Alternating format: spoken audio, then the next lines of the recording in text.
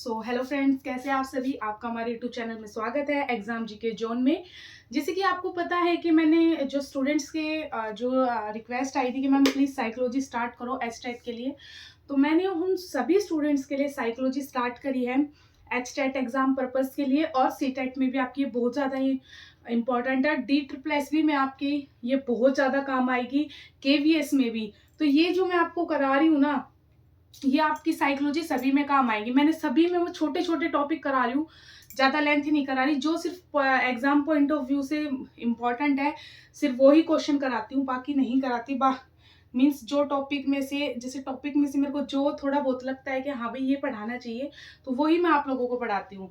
ठीक है, तो आज का हमारा टॉपिक क्या है? चिंतन। चिंतन क्या होता है? थिंकिंग।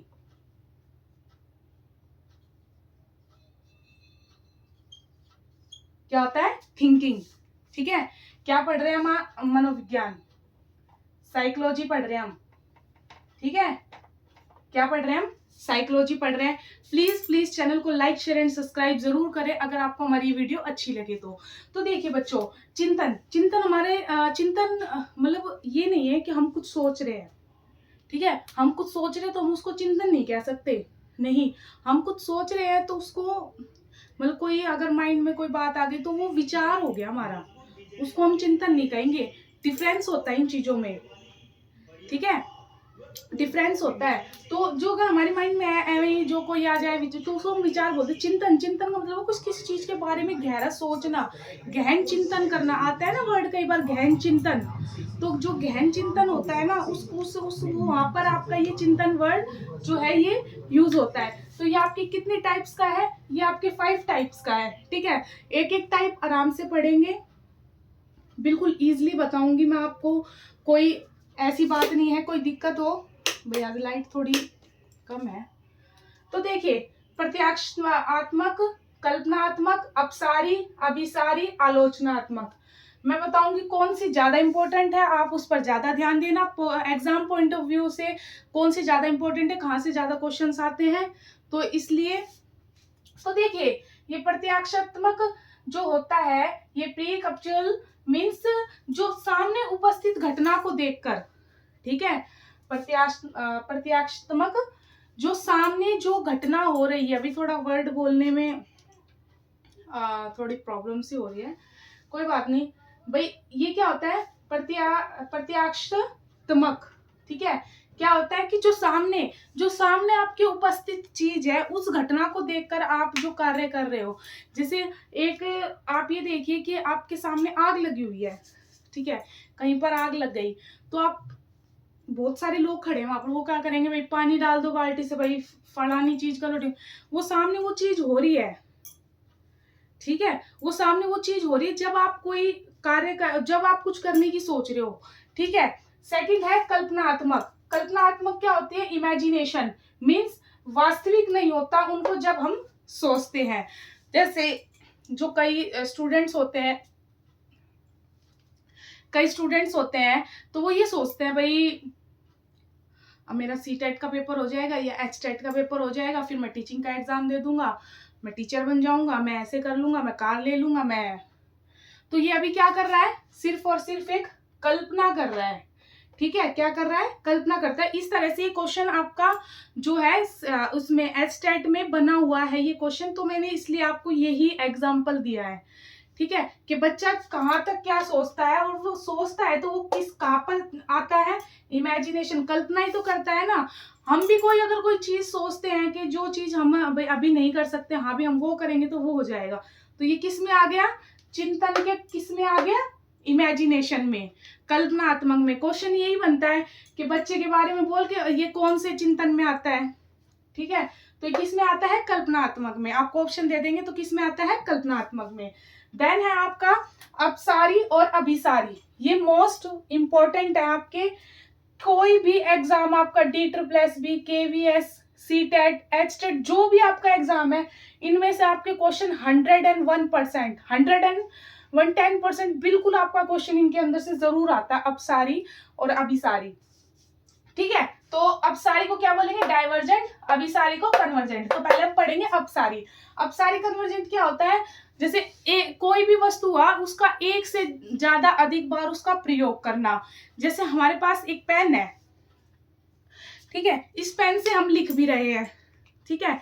कई लोग कहेंगे कि हाँ भाई इसके पॉइंट भी भाई खेलने में बच्चे बनाते हैं ऐसे पॉइंट बनाकर ऐसे खेलते हैं, या फिर लड़कियां जूड़ा फोल्ड करके लगा लेती है, मतलब एनीबडी कुछ भी, बच्चे खेल भी लेते हैं, ठीक है। एनीबडी कुछ भी आप चीज कर रहे हो एक से अधिक बार उस चीज का, जैसे हम हमारे साथ कोई घटना हो गई, ठीक है, तो हम उस चीज की जो वो समस्या है हमारी, उसको हम ज्यादा से ज्यादा उसके सॉल्यूशन ढूंढ रहे हैं, भाई इसका ये भी सॉल्यूशन हो सकता है, इसका ये भी सॉल्यूशन, तो एक से अधिक बार हम उस चीज को सोच रहे हैं ना, तो उसको क्या बोलते हैं, अपसारी, डाइवर्जेंट, ठीक है, डाइवर्जेंट। जैसे सृजनात्मक जो बच्चे होते हैं, जो आपका क्वेश्चन बनता है, ये केवीएस में भी बना है और एचटेट सीटेट में भी बना है और DSSB में भी, एक बार नहीं कई बार इससे क्वेश्चन बन चुका। क्रिएटिविटी, कौन से बच्चे कौन से उसमें आते हैं, कौन से चिंतन में आते हैं,